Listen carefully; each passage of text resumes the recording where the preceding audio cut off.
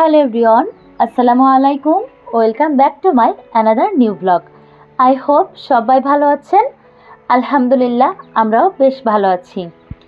আজকে আপনাদের সাথে আবারও চলে আসলাম আমার আরও একটি নতুন দিনের নতুন ভিডিও নিয়ে। আশা করছি আপনাদের ভালো লাগবে। ভালো লাগলে প্লিজ আমার চ্যানেলটিকে সাবস্ক্রাইব করতে ভুলবেন না। যদিও আমি প্রত্যেকদিন বলে যাই, তবে সাবস্ক্রাইব তো আপনারা করেন না, কারণ আমার চ্যানেলে যারা সাবস্ক্রাইব করেছে তাদের থেকে যারা নট সাবস্ক্রাইবার তারাই হচ্ছে ভিডিওগুলো বেশি দেখে। তো যাই হোক, সবে আল্লাহ পাকের ইচ্ছা। তো আজকে আপনাদের সাথে আরও একটি এনার্জেটিক ভিডিও নিয়ে চলে এসেছি। সেই সাথে আমার একজন আপুর করা কিছু কোশ্চেনের অ্যান্সার করব, যেগুলো কিনা আপনাদেরকে অনেক বেশি হেল্প করবে, বিশেষ করে যাদের ছোট বাচ্চা আছে।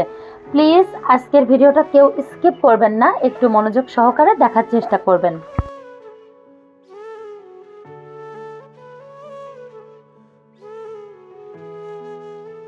রোজকার মতো সকাল সকাল উঠে পড়লাম। আমি চেষ্টা করি যত দ্রুত ঘুম থেকে ওঠা যায়, আর উঠেই বেসিনে আসলাম এবং নিজেকে ফ্রেশ করে নিচ্ছি এবং মাথার ভিতরে প্ল্যান করতে থাকি কোনটার পর কোনটা করব।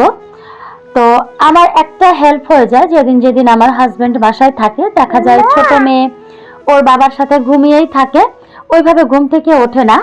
আর ওর বাবা যেদিন না থাকে সেদিন কিন্তু আমি চাইলেও ভিডিও শ্যুট করতে পারি না, কারণ বাবুকে রাখতে হয়। বাবুকে নিয়ে ওইভাবে আসলে সকালের ভিডিওগুলো নেওয়া হয় না, ওই দিন হচ্ছে আমি রাতে ভিডিওগুলো নিয়ে থাকি।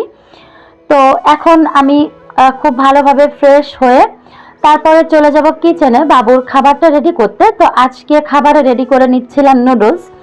আমি চেষ্টা করি বাহিরের খাবারটা না দিয়ে ঘরে তৈরি করে দেওয়ার, তবে যেহেতু অনেক ছোট বাচ্চা, তো অন্যান্য বাচ্চারা ক্লাসরুমে খেলে ও তো খাবেই, বাট তারপরে আমি চেষ্টা করি অন্য হেলদি খাবার দিয়ে পেটটা হচ্ছে ভরিয়ে রাখার, মানে বাসায় তৈরি খাবার।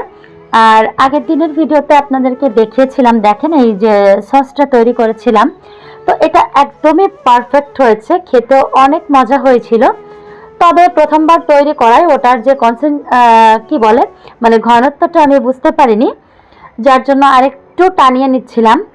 আর এই টাইমটা দেখতে পাচ্ছেন আমি কিন্তু বাবুকে স্কুলে দিয়ে বসিয়ে চলে এসেছি, আর রোজকার মতো আমার সংসারের কাজ 1.5 ঘন্টার মধ্যে কমপ্লিট করার ট্রাই করছি।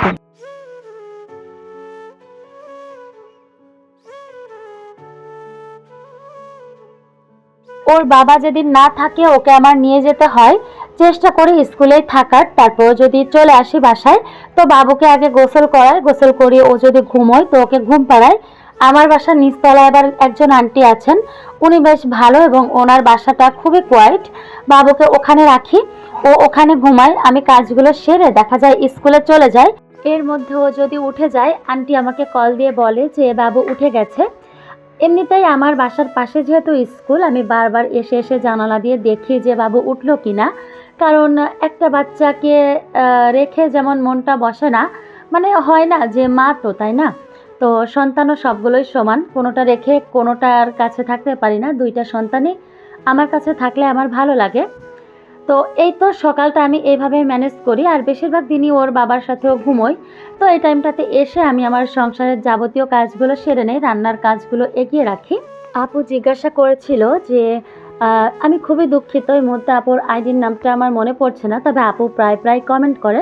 তো তার মধ্যে করা একটা কমেন্ট ছিল যে দুপুরের রান্নাটা কখন শেষ করি, প্লাস বাচ্চাদেরকে নিয়ে এই যে সারাক্ষণ ব্যস্ত থাকি, রেস্ট করি না, তো আমার কি টায়ার্ড লাগে না, আমি কখন ঘুমাই, ইত্যাদি ইত্যাদি। তো আজকে হচ্ছে সব কোশ্চেনের অ্যান্সার করব।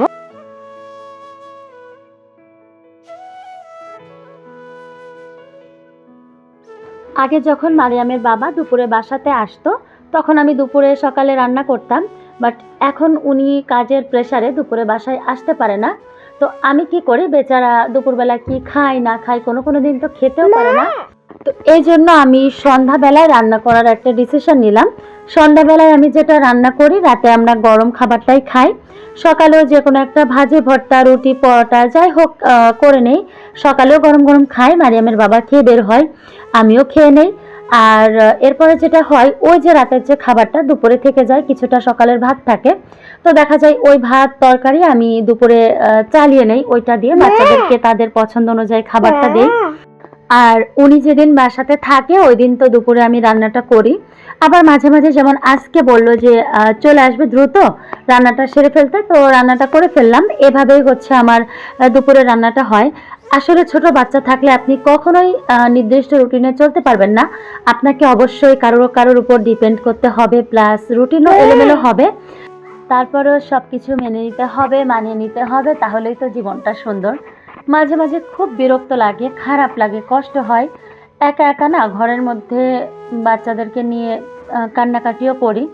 যে মানে একটা হয় না যে মানসিক একটা অত্যাচার। আর সত্যি কথা বলতে আমার বাবা মা শ্বশুর শাশুড়ি সবাই থেকেও নেই, কারণ আসলে এর কারণটা আমি ব্যাখ্যা করতে চাই না।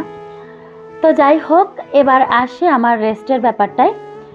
আমি তো একটা মানুষ, তাই না? সকালবেলা উঠি, বাচ্চার খাবার রেডি করি, নিজে কিছু খাই, বাচ্চাকে স্কুলে নিয়ে যাই, সেই ফাঁকে এসে আবার বাসার কাজগুলো করি।